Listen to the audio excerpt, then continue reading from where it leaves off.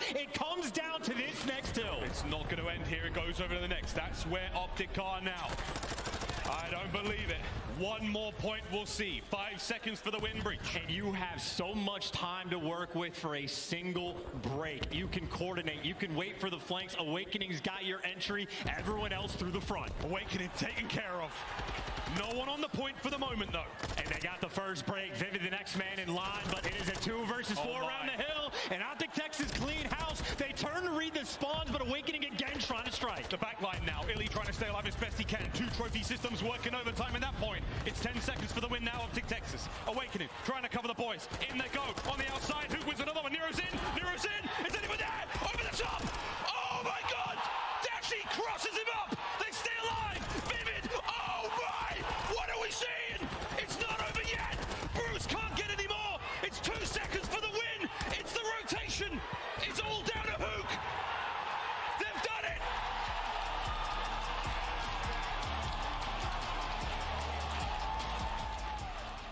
That right there was the best moment I could show to show how great of a weekend this was for Call of Duty.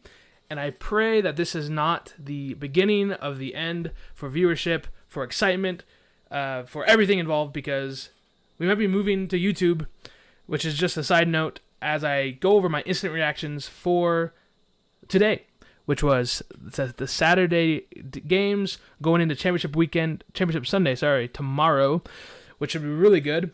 Take a look at the bracket real quick. From that last match, we had 1, 2, 3, 4, 5, 6 3-0s.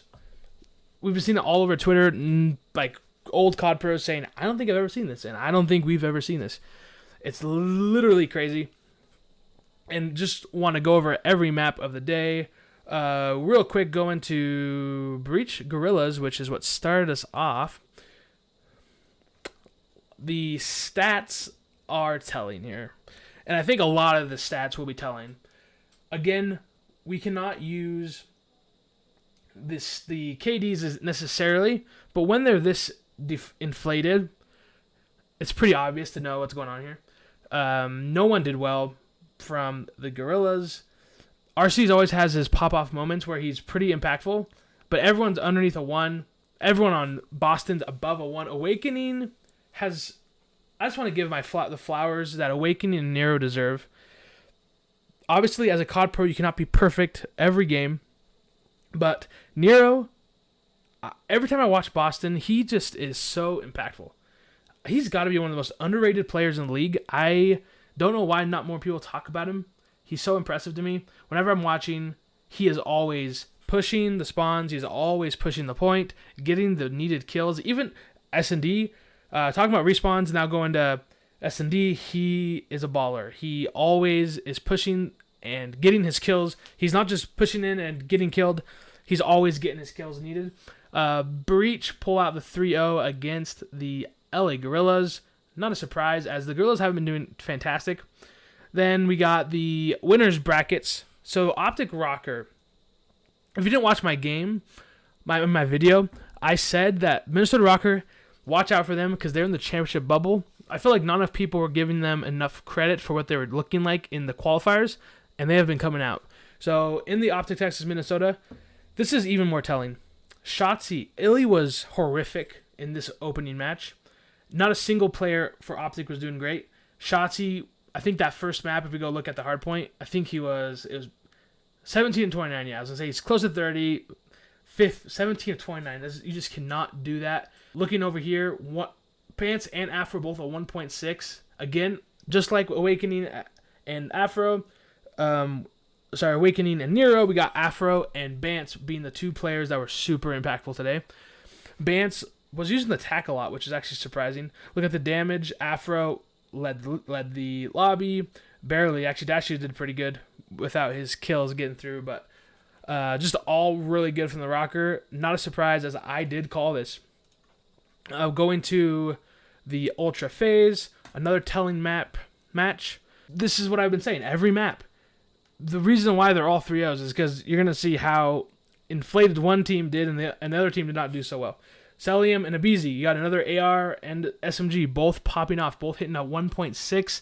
It just wasn't close. None of these games they were not to say they weren't close, but they were just not as close as any of us were expecting. These games should have been so close. All these teams are so good. However, I will say going into the finals, I really do believe these are the 4 best teams based off what we've been seeing throughout this weekend. FaZe have been looking like on another level, like maybe a little bit of OG FaZe, but we can't say that until they actually win in a freaking Sunday championship game, which they haven't been able to do for, it's above 365 days. It's been a long time, which for them, that is a huge loss. I feel like not enough people talked about how big of a failure last year was for the FaZe. Everyone said, everyone was talking about how getting second in every event is good enough. No one ever said, I haven't heard a single person talk about the FaZe and how Vanguard was a failure of a season. I truly believe that year was a humongous failure. We saw them drop RCs because of it. It was a terrible year for FaZe. I don't care how many seconds they got. They never were able to pull one out. If you're that good of a team and you don't get first place once, that's awful. That was a failure. Don't care what anyone says. But so this is their chance to hopefully get some retribution. Maybe Slasher can bring something different, that they can get it done. The Thieves Ultra, looking at the stats here, again, we're going to see it again, just not close. Finally, a player on the opposite, on the 0 end, actually got a 1. But here, 1.5, 1.3. Octane is continuously proving that he can do it at 7,300 damage. Really good. He was really impactful today. Holding the sight lines needed. Really great. And then for the best map of the night was actually Optic versus Breach, the last map. And, oh my goodness. You see here, this is the first map we've seen with the 0 team that didn't win a single map, was actually doing decent work. Shotzi, Illy, they all made impactful plays. Boston were making all impactful plays. Looking here, 248 to 250. I showed you the ending in the beginning.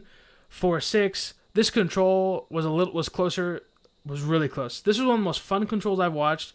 This was one of the most fun hardpoints I've ever watched as well. And the search was really good as well. Looking at it, Illy 1.83, Nero 1.86. Nero, again, gotta give him his flowers, freaking doing great. But here in this control, I want to pull up the video real quick. So 22 seconds. They gotta get on B. They're gonna push through. Really look at that down that attack map, because that's what's gonna teach you best. So Nero Awakening, get a kill, Dashy pops off. Then we got that's 3 down for Optic. And this is not the one, actually. So let's push forward. But they won that one? What the freak? Okay, so they get on point. Hookah's on point. Okay, they get down. 3 jump through B fields. Push through. They all know everyone's spawning back. So, let's watch how... I believe it's Illy. Maybe it's Dashy, though. No, it's Dashy. Okay. Yeah, Dash is the main AR, so that makes more sense. But Illy does tend to play it. So, sitting on this back angle, he's able to watch all 3 entrance points. He gets the guy in alley, they get the guy in the back, and then he gets the guy in the back. And he's able to push up. And so that's how you want to play control right there. You got enough people on hill to push the time forward with your main AR sitting on a great spot. We see later in the same map that he does the exact same thing. They were just clinical. They were able to just honestly ice up. There was hardly any skill gap between these two teams. And that's why I'm worried for for Optic going into the rest of this bracket. Let's go take a look at that. LA Thieves, the top 4 teams, we got Rokkr, FaZe, and the winners finals. Whoever wins this goes on to the championship. Guaranteed championship spot. Loser will come down to elimination finals and play the winner of Optic and Thieves. So, yeah, coming into the year and coming to this major, I thought FaZe was going to be the best team. I thought Subliners would be top 2. Actually, no, sorry, I thought Ultra. So coming in, I thought Ultra was a championship team. I thought they were going to be number 2. I thought it was going to be a FaZe Ultra bout, but that's not what's going to happen here. And I did think Rokkr was going to be good. I did not think Thieves, and I thought Optic would be good enough to get top 4. That's what I thought. And that's so Thieves and Ultra are really the 2 differences from what I was expecting. And from what we've seen, right, Thieves 3-0 Ultra. I do not see Optic 3-0 in Ultra. I do not.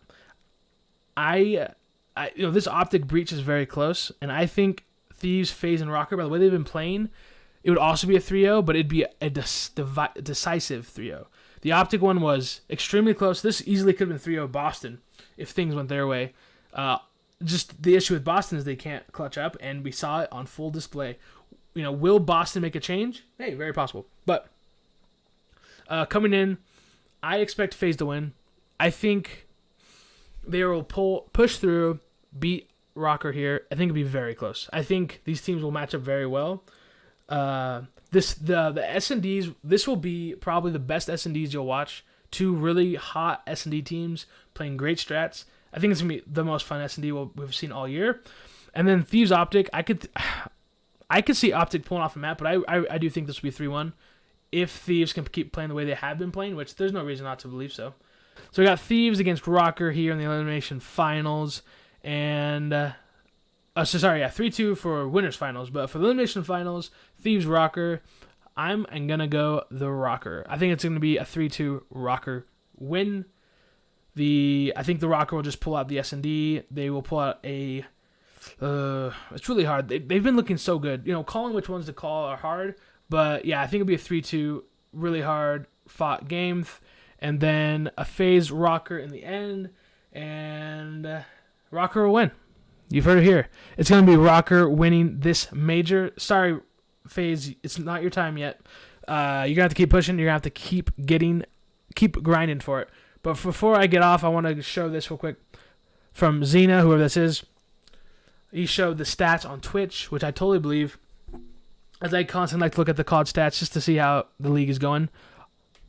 Call of Duty and Scump were the top 2 channels, which is freaking awesome, dude. I am so excited to see that happening. I've always said this. I think Call of Duty could be the best esport in the world because of the casual community.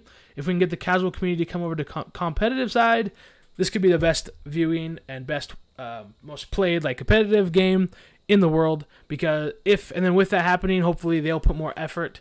Hopefully Call of Duty will put more effort into competitive, which they have not yet. But if they start seeing stuff change, hopefully they can put more effort into competitive, knowing that that's where people are starting to switch over to.